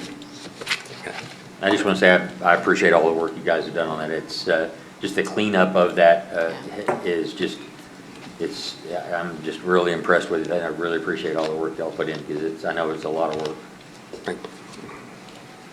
Okay, so we had a motion by Councilman Fletcher, we had a second by Councilman Ramaker to table any discussion on this particular agenda item. All in favor? Aye. Any opposed? Nay. Motion carries. Motion carries 5-1. Table. To table. Okay, item 19. Yeah, no, thanks for the work, in all seriousness. Discussion and possible action to ratify the accounts payable for July 2019. So moved. Have a motion by Councilman Brat. Second. Have a second by Councilman Christie. Any discussion? All in favor? Aye. Any opposed? Motion carries 5-0. And that gets us to our second citizens forum. And we do have a couple folks signed up to speak. And they both have signed up to speak about our power situation in the city. And the folks from Entergy are still here, which I greatly appreciate. So with that, David, if you'd like to approach the podium, please. State your name and your address for the folks at YouTube. Comments need to be held to 3 minutes, please. And obviously, you know we can't deliberate with you, but we appreciate your comments. My name is Dave McMullen. I live at 173 Silverwood Ridge. Excuse me? What happened there? That was a little feedback. You're good. You got extra Okay. 15 seconds. I'd like to recognize Entergy for still being here and learning about our little city. And we really have a lot to discuss. One of the things that I wanted to bring to your attention again is, and they did a very fine job of outlining what needs to be done on the overhead side of the power business. As for the underground part of it, I paid for underground when I bought my property, and in that I was hoodwinked. I didn't know I was connected up to the overhead, and I also didn't know that I was held hostage to Consolidated for their DSL, and told that it was a good internet connection. The prior administrator told me, go find something better if you think we can. And so there was a dozen of us in our city that went and found. We talked to Spectrum and AT&T and several others, and we found this little known company called Tachus. Well, they decided to foot the bill for ours and divide it up amongst us who subscribed. And it cost us a few bucks more. It cost me a lot more than my normal internet service, but it was well worth it at the time. So much so that the prior administrator also said, hey, I think we ought to have that throughout the city of Shenandoah. And so the city of Shenandoah picked up Tachus installation fiber cable for the valley. Also, before we moved in, and part of our taxes was the culverts in the valley. Now, there's been some saber rattling and some unhappiness amongst some of the older residents in the valley, that it's not fair that we should get underground utilities hooked up at their expense. Well, it should have been done at the time of construction for our homes, and prior councils and planning should have held contractors accountable for making sure that when, even as lately as Wellman Manor, they're connected to the overhead. And they deserve to have the same new power as the Wellman Loop. Now, I want to tell you, it's been a very expensive process for us, notwithstanding the generator at $10,000. And I told you last time, there's 11 generators on my block. That's $110,000. But how about the freezers full of meat that we've lost and never been reimbursed for it? A refrigerator, television, and all the rest. And I will take it up with the customer service vice president to make sure that I get reimbursed for the money that I'm out from Entergy. Thank you for your time, and more than anything, I truly appreciate you guys. I know this is not easy, and you got to keep us all happy, whether we're young folks or old folks. Have a good evening. Thank you. Thank you, David. very much. Okay, next up is Mr. Michael Vogel.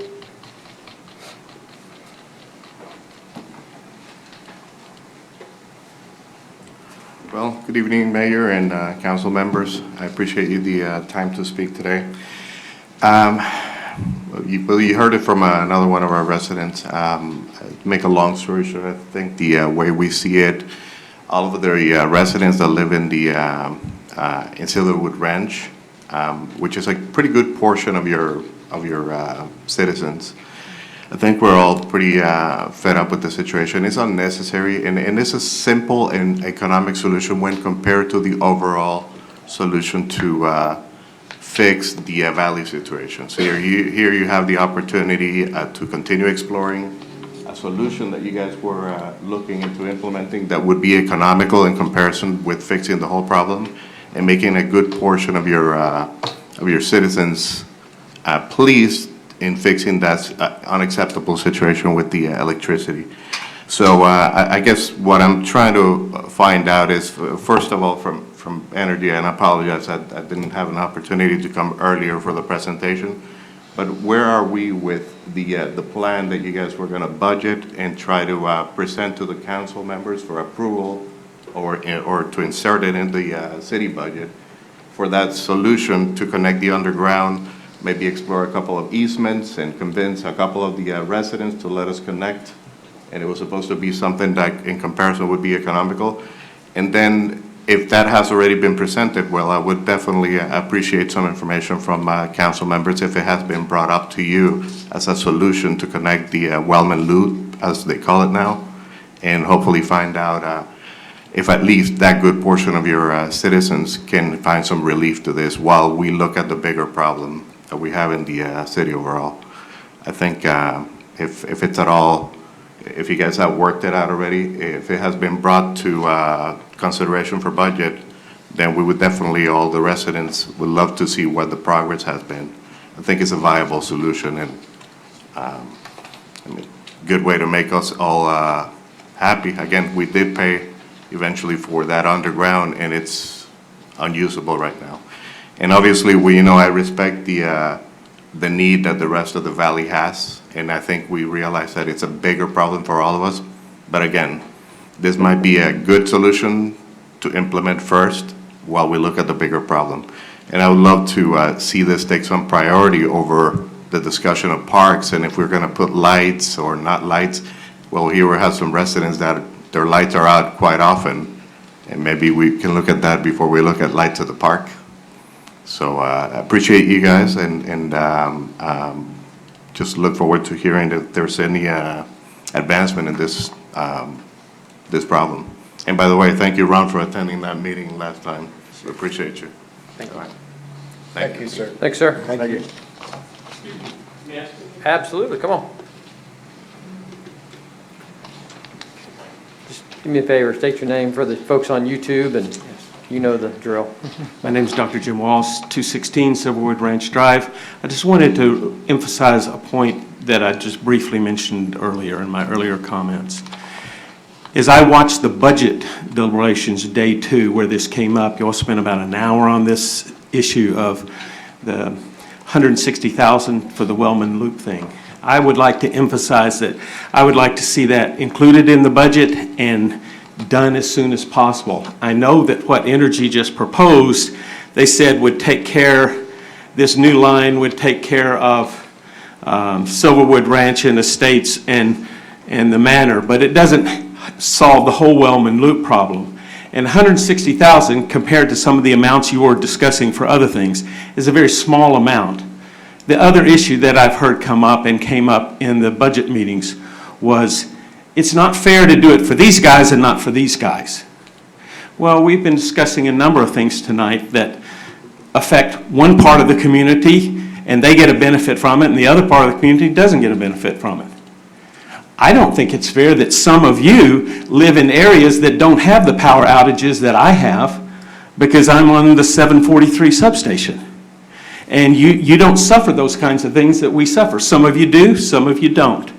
So when you weigh the fairness argument, there's a lot of things that are unfair in how we allocate all of our monies. And for $160,000, we can solve a problem for a significant portion, then we can move on to the other things. And I would appreciate you putting that in the budget and acting on that as soon as possible. Thank you. Thanks, sir. Thank you. Anybody else? Going once, Going twice. You already went. You keep going if I let you. Okay, well, we'll move on then to item 21, which is the city administrator updates. Thank you all for all the comments from all the residents, by the way. Council, I just have a few quick ones. First of all, the Ed English sanitary sewer line upsizing and water line project was completed on Tuesday. So that was a big project that's finished. Councilman Raymaker mentioned the stop signs. I'm sure everybody knows by now that we have stop signs at Wellman and Grogan's. That's been a long time coming. He gave me some generous credit there, but it's really been a joint effort, largely due to Councilman Raymaker's persistence and that of the rest of you.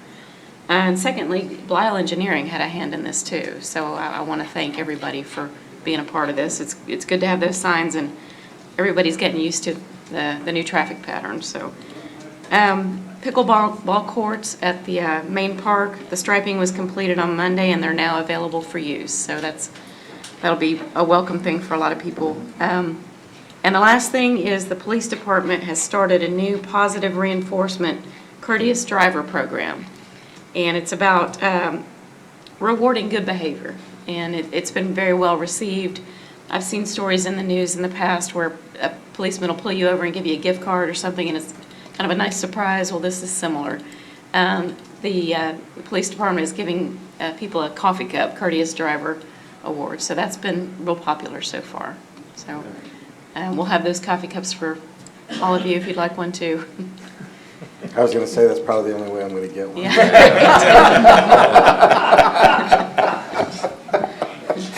And that's all I have. Displayed proudly. Thank you, Kathy. Probably put it on my dash. All right, we'll move into council inquiry. I want to say one thing just real quick, just in case the folks from Entergy end up getting up and leaving. We need to, as we're doing some of this stuff in the valley, these walkthroughs and all the upgrades and all that, we need to come up with a good, effective way to communicate to the residents. One of the things that I noticed, out of 41 Facebook posts that we had, 25 of which went quote unquote viral, according to the agenda report, the post about the walkthrough by Entergy was our third lowest. So in other words, it's just not reaching people. So, and listen, we go through this all the time with various events that we're having or new initiatives by the city. It's hard to figure out how to communicate to 3,500 residents because they all communicate differently. But just somehow make a broad swath as much as you can, as many different methods as you can, whether it be emails, Facebook, Instagram. If there's a door hanger. Door hangers.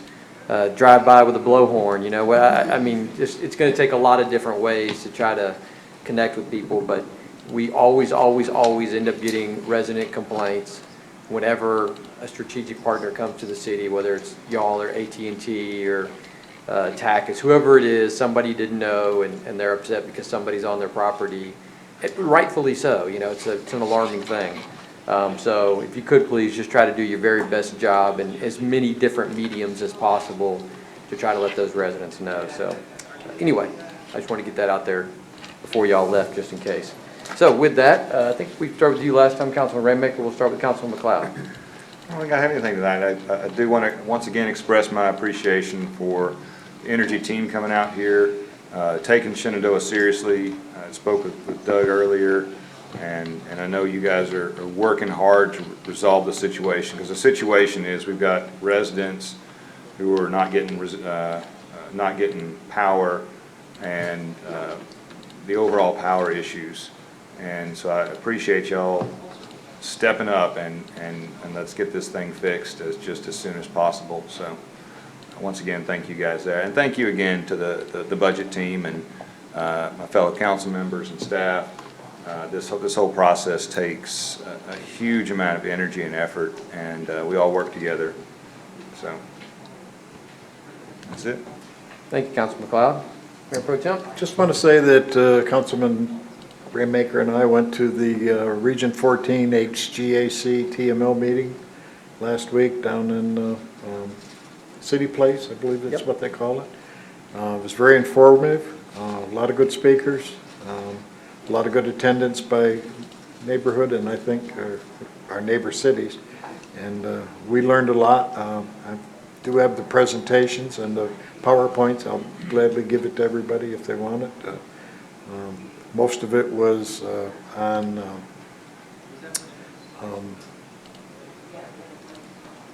hotel occupancy tax and short-term rentals and dilapidated properties. It was it was very interesting. We learned a lot. Not much we can bring to you, but we will later going forward. I just wanted to let you know we did that. So, thank you. Thanks, sir. Councilman Christie? Again, thank you guys for coming out and paying attention to this issue. It's been an ongoing issue, and I know there's a lot of different solutions that we need to look at and work together to try to get this thing resolved. Also, on that sign ordinance again, I know that's been one of my little pet peeves, so I really appreciate all that work you guys have done. It's just a fantastic job of that. And reading through all that, I was just like, oh, man, just really nice to see all that. So, again, thanks on that. I did have a question with regards to the streetlights. I still noticed that, you know, that there are a few of them that aren't lit at night. Driving through the other night, I don't know, or is that something we're still paying a lot of attention to, or? In the valley or? Yeah, in the valley. Yeah, when we get notified of street light outages, we do a check the next business day. Okay. The next morning to, you know, check the batteries, check the controller, check the drivers, we'll put a charge on it if everything's, you know, functioning. It's just the batteries have run low, we'll put a charge on it that day. All right. Good. Appreciate that. That's all I've got. Councilman Fletcher? I got a couple things.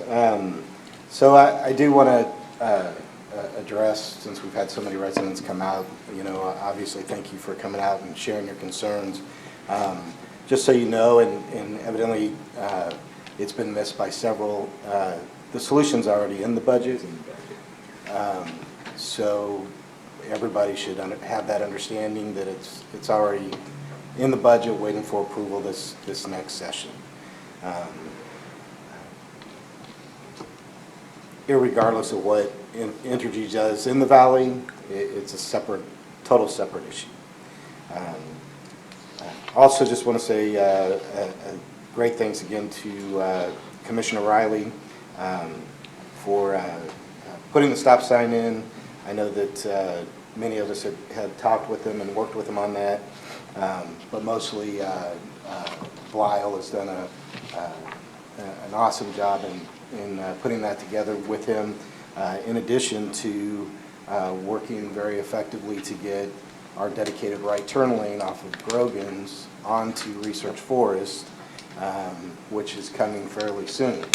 I know staff's also working on the dedicated right turn lane off of Research Forest onto the I-45 feeder with TxDOT at this point as well. So we'll be seeing, hopefully during this next fiscal year, a lot of good, positive traffic initiatives and updates take place within our city. And then I would also encourage staff again that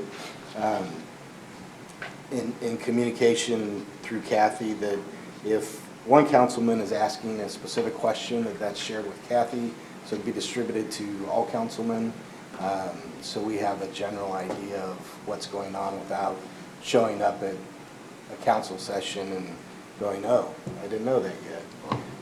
It would be nice to know, you know, I talk to a lot of neighbors. I think I'm the only councilman that passed out 1,000 business cards in his first term. So I'm in front of neighbors all the time. And the last thing that I don't like is not having information that we should have. So I would just strongly encourage staff that if I send you an inquiry and I didn't, you know, put Kathy's name in it, please send it back to Kathy immediately. But I do try to be really good about always including in any inquiry information to Kathy. And so Kathy, if you could be good about distributing that information to all councilmen. Obviously, you know, attorney-client privilege is completely separate from that, but everything else would greatly be appreciated.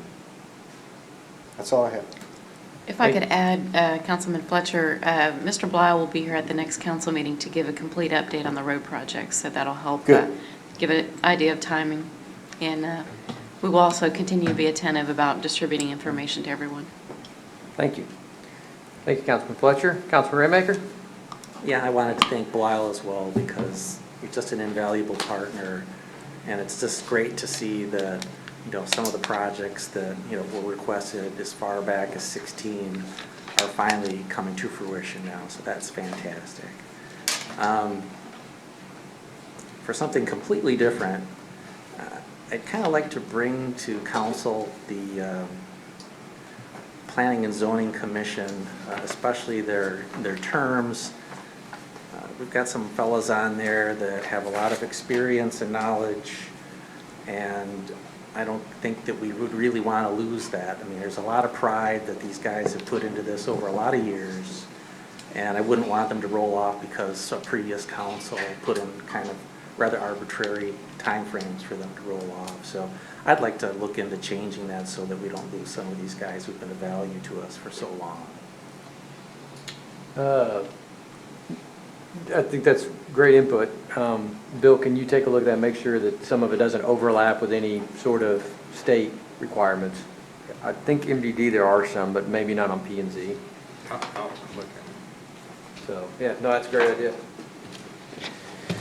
Okay, well, I don't have much tonight, other than thank you again for Entergy showing up. I appreciate everybody showing up, as always. Y'all know that, especially when residents come.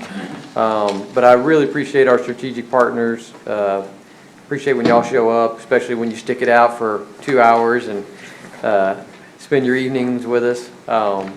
Other than that, I really don't have anything else. Just thanks to everybody, staff, residents, council, everybody for once again just giving of your time to try to help make this place a little bit better each day, right? That's our job. So with that, if nobody's got anything else, we will end the meeting at 9:04. Thanks everybody for coming.